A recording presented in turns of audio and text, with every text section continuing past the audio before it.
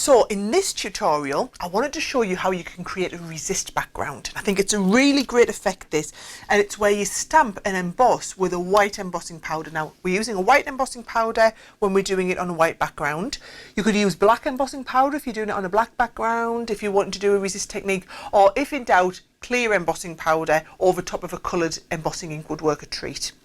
Now, what I'm going to do is I'm going to use our watermark ink pad. So this is the same whether you use our watermark one, a Versamark ink pad, anything that's going to allow embossing powder to stick to it, right? And I'm going to use one of these beautifully detailed stamps. It's quite a simple, just a hand-drawn rose. So always placing this in the centre. And what I'm going to do is I'm going to re-ink every time between uses. So ink and on the side. And I can just see it. I don't know if the camera will be able to catch it up, but every time I'm stamping and I'm taking the ink back in there to re-ink again.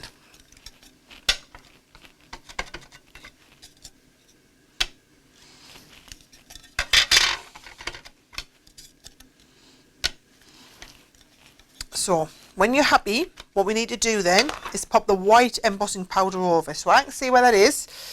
I'm going to just take my card base here, open this up, and you want a nice detail white embossing powder. So if I just pop this over here, can you see that embossing powder's just stuck where we've got embossed detail? I think you should be able to see that okay on the camera. And we just got that there. And when I'm going to emboss them, we're going to have something over in the top corner here. So I'm pretty happy with that. If you get any excess powder where you don't want it, now's the time to just rub it away. And of course, all of that powder is just going to go back into the pot.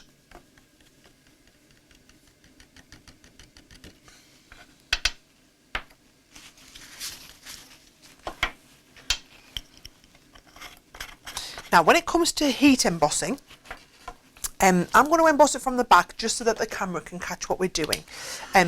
What's really important is don't burn your embossing powder, and that happens when people use a heat gun too close and it does start burning. So you can see that's starting to turn there now, and I'm literally right up against the surface of the heat gun there, and it's not burning the cardstock because I'm taking it from the back. So if you're starting to get a burning smell, or a lot of people think they can do heat embossing using a hairdryer. You really can't. A hairdryer, the motor is too powerful. It's just going to blow the ink away, blow the powder away. You can see there, that's just embossing beautifully. And I personally find this is a great way to do it just from the back. I love that magic of seeing it turn. There's nothing more impressive in our industry than stamping and embossing with embossing powder. So, I don't know if you can see that there. You've got the white ink on the white background, so really it's creating that resist. Now, what are we going to resist? We're going to resist a nice splodgy background. So we're going to do some splodging in our yellow and the rose pink, so to create a nice kind of orange feel. So I'm going to put some pink down here, then I'm going to put some more pink that we can mix to make an orange, and then I'm going to do the same. This is where we're going to create our orange, and then I'm going to have a little bit of yellow. And I'm just going to use that nice thick water brush that I had, that has got, so it's just a nice thick edge. So I'm going to wet the surface to start with, so that we're going wet into wet. I'm going to create that orange colour, and I'm going to just start off by splodging that all over. So we've got our orange to begin with. And if in doubt, you can always add a little bit more water, so I can just squeeze it out. You don't want too much though.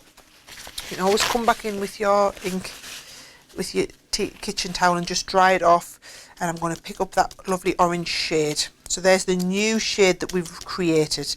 And you can see, now that I've got more water on, it's getting a little bit lighter.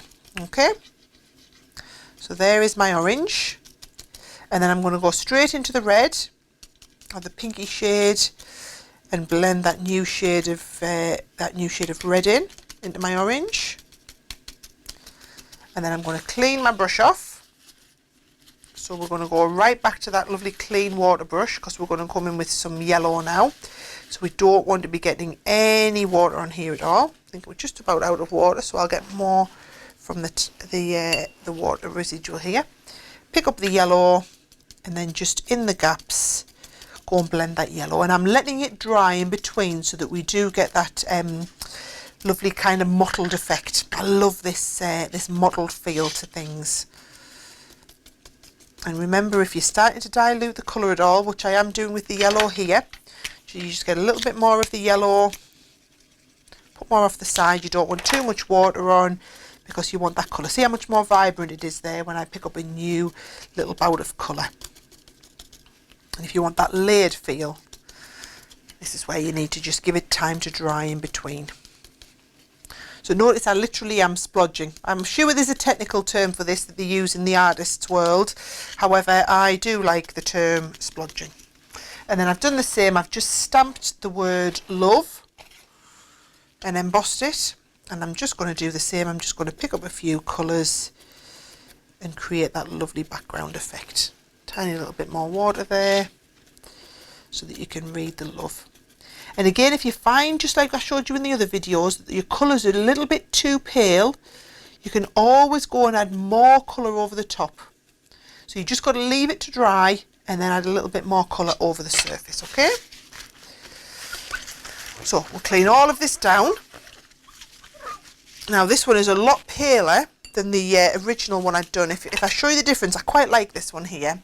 But the one that I'd pre-prepared, look at that, all I've done is I've used more of the orange. So you just give it another coat. So just like you've seen me do in the other videos, dry this off now, go back down with more colour and give it another coat. I actually really like this paler shade here in the definition of the colours. So I'm going to use this one in my project. So remember what I said, all of the mats and layers, all of the coloured card that we did for you, I did in perfect colours to be able to show it off. So for example, the orange that you'll be able to create by mixing the yellow and the pink beautifully corresponds. It's not the same colour as, it corresponds with the orange in the coloured card because I want the coloured card as a matte and layer to make it pop. It's always what was in our mind when we put the colour palettes together for these boxes. So there's all that stuck down over the front, and then my love is just going to stick onto the front of here. And just to finish it off, I thought it might be nice to colour a little butterfly and use one of the techniques that we learnt in one of the earlier videos. So there's my love coming across here. Just needs a bit of a finish point. What I've done is I've stamped the butterfly. And I'm just going to remind you again how you get that perfect colour transition and blending. So a little bit of pink to go in the centre, a little bit of yellow to go on the outside, okay? Now what you can, if you want, is you can just put the intense yellow around the outside. What you'll find is the cardstock really will grab the colour, so you don't want to be doing this when you're blending it. Alright, so I'm going to come in with the pink down the centre, so it's really grabbing that colour. And now what I'm going to do is get my brush,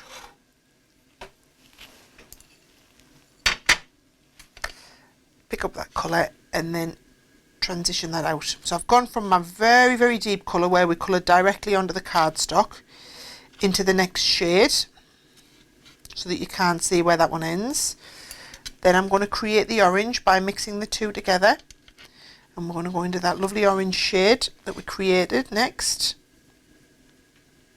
It's like a lighter, paler colour on both sides.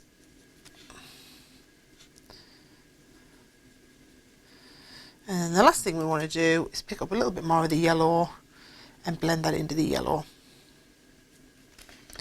And again, if you want a deeper shade, all you're going to do is give it multiple goes over. You're just going to dry this in between and then give it another load on the top.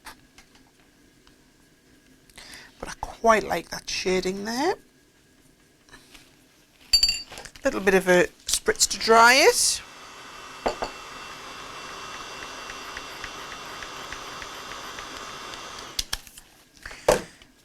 And then, just as we've done before, a little bit of tape up the inside, and that's just going to finish off that card, and it really does just finish it off really, really well.